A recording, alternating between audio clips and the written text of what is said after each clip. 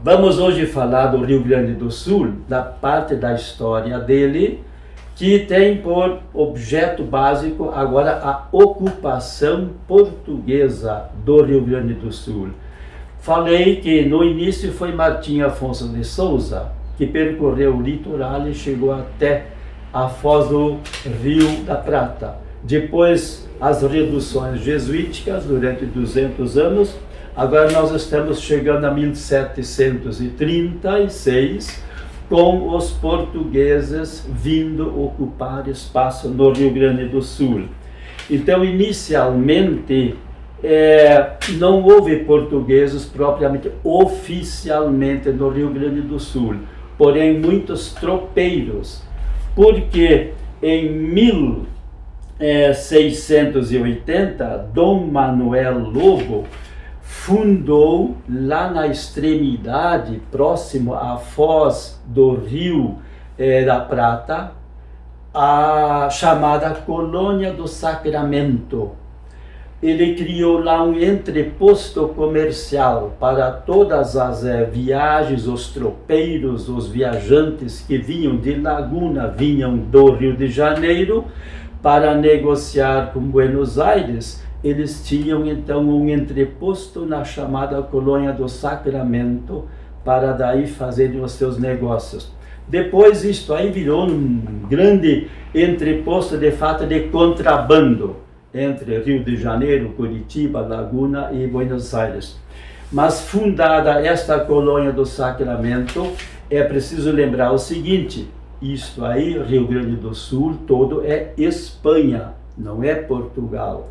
Quer dizer que tudo o que está acontecendo por enquanto, na época histórica de que eu estou falando, é invasão portuguesa em território espanhol. Por isso a fundação dessa chamada Colônia do Sacramento é muito importante. Em 1530 estava por aqui o Martim Afonso de Souza, que tínhamos lembrado esses dias. 1698, o chamado Manuel Jordão da Silva, ele desceu do Rio de Janeiro para o sul para fundar uma comandância em Rio Grande. No entanto, a frota dele se afundou, naufragou próximo ao litoral já de Rio Grande e não conseguiu nada. De lá para em diante, só vinham tropeiros de Laguna buscar principalmente gado. O gado era a grande riqueza em termos de couro e sebo. A carne até se perdia muitas vezes, mas o couro e o sebo eram o que valiam comercialmente. Então desciam os, vamos dizer, tropeiros e buscavam o gado que tinha sido introduzido pelos jesuítas nas reduções. Pegavam este gado, roubando-o inclusive das reduções jesuíticas, e as vacarias do mar, porque não havia cercas naquele tempo. Então pegavam esses animais e levavam de volta. Até 1736. Aí sim, o rei de Portugal determinou ao governador do Rio de Janeiro que organizasse uma frota, viesse até Rio Grande e fundasse uma vila, uma freguesia em Rio Grande. Antes havia alguns tropeiros que tinham solicitado doação de sesmarias. Toda a terra estava por ser ocupada.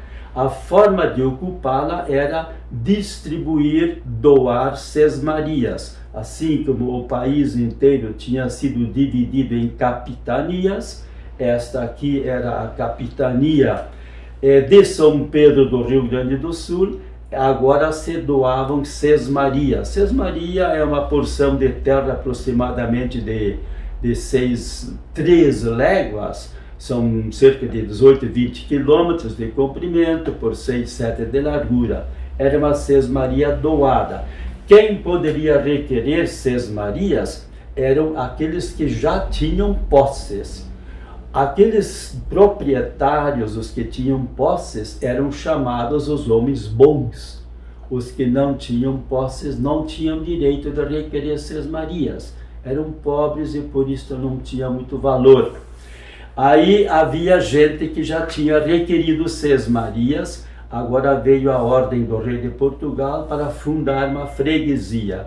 Aí se fundou 1736 a freguesia de Rio Grande. No ano seguinte, 1737, veio então oficialmente um grupo de militares e construíram a Fortaleza Jesus Maria José, lá em Rio Grande. Ainda hoje existem os resquícios na praça, um poço, por exemplo, desta fortaleza. Até um detalhe interessante, o Padre Roque Gonzalez, ele atravessou o Rio Uruguai em 1626 e fincou uma cruz. O militar entrou pelo canal do Rio Grande e começou com uma fortaleza. A fortaleza, sinal de luta, de guerra, de defesa ou de ataque. Ali na outra ponta era a cruz para a evangelização. A partir dessa fundação da freguesia, a comandância de Rio Grande, aí foram distribuídas muitas sesmarias, vieram muitos açorianos da Ilha São Francisco do Sul, próxima a Florianópolis, onde habitavam muitas famílias chamadas cristãos novos. Eram famílias judias, de judeus, que eram perseguidos porque não eram pertencentes ao cristianismo. Aí eles se tornavam cristãos para fugir da perseguição e são os chamados cristãos novos. Já antes até da fundação da comandância, houve os 2 irmãos, Antônio e João da Costa, que tinham um grande comércio em Londres, comércio de exportação e importação, trabalhavam inclusive com o tráfico negreiro. E aí Antônio da Costa viajou para Angola para receber de lá os seus rendimentos, resultado da captura dos negros e da venda deles em São Paulo. Veio voltando com um navio e foi perseguido por um pirata, e ele entrou pelo canal do Rio Grande, e o navio pirata, que era muito maior, não conseguiu persegui-los. Ele se estabeleceu com um grande comércio de exportação e importação, junto com o irmão dele que ficou em Londres. Aí começou a movimentação comercial e começou a ocupação de todo o espaço rio-grandense pertencer à campanha, inclusive a região das missões jesuíticas, porque com a criação da colônia do Sacramento, pelo Tratado de Utrecht, tinha-se acertado entre Portugal e Espanha de que a colônia do Sacramento seria espanhola e o restante seria português. O Tratado de Madrid definiu isto em 1750, onde resultou então a Guerra Guaranítica, inclusive. Esta foi a grande ocupação, a riqueza do Rio Grande do Sul, a criação de gado, agora sim comércio de carne, as charqueadas e tudo isto. Muitos açorianos fundação de Viamão, fundação do Porto dos Casais, Porto Alegre, iniciou por aí, e depois então a ocupação da campanha, através principalmente da criação de cidades, onde o principal centro era sempre o quartel. Por que o quartel? Porque no decorrer deste tempo ocorreram muitas guerras. Por exemplo, a Guerra Guaranítica, 1750-56, a invasão espanhola, que tomou conta da parte da Colônia do Sacramento.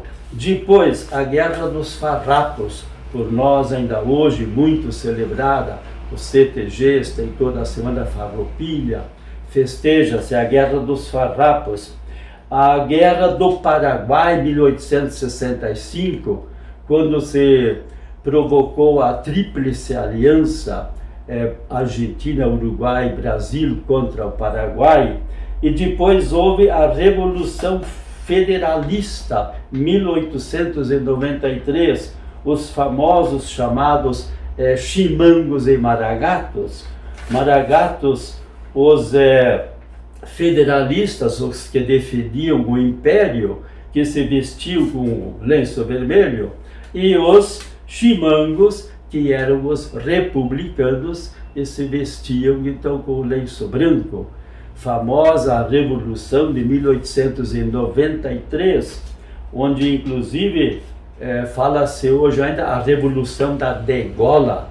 Júlio de Castilhos estava presente e ele dizia que não convém queimar pólvora.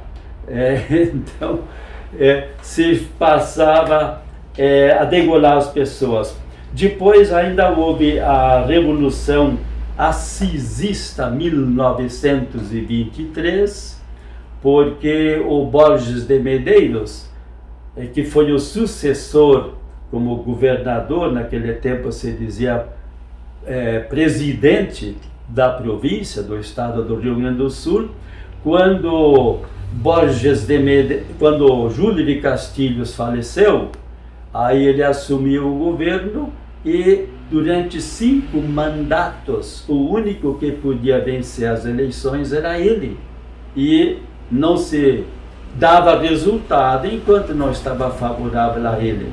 Assim ele conseguiu 5 mandatos até que o Assis Brasil, então, liderou a Revolução de 23, que terminou então com a paz de Pedras Altas, ali próximo de Bagé, e se estabeleceu então que seria o último mandato de Borges de Medeiros, e a partir daí então houve outras eleições. Ainda a famosa Revolução de 1930, que conduziu Getúlio Vargas à presidência da República. É então um período de história do Rio Grande do Sul, que caracteriza o início, a ocupação definitiva pelos portugueses do Rio Grande do Sul. Em 1781 se estabeleceram então as fronteiras entre Argentina e Brasil definitivas, agora já Brasil independente, né? E termina-se então esta parte histórica até 1820 e pouco, quando começa uma nova fase, segundo o meu planejamento de exposição agora. Até um próximo vídeo.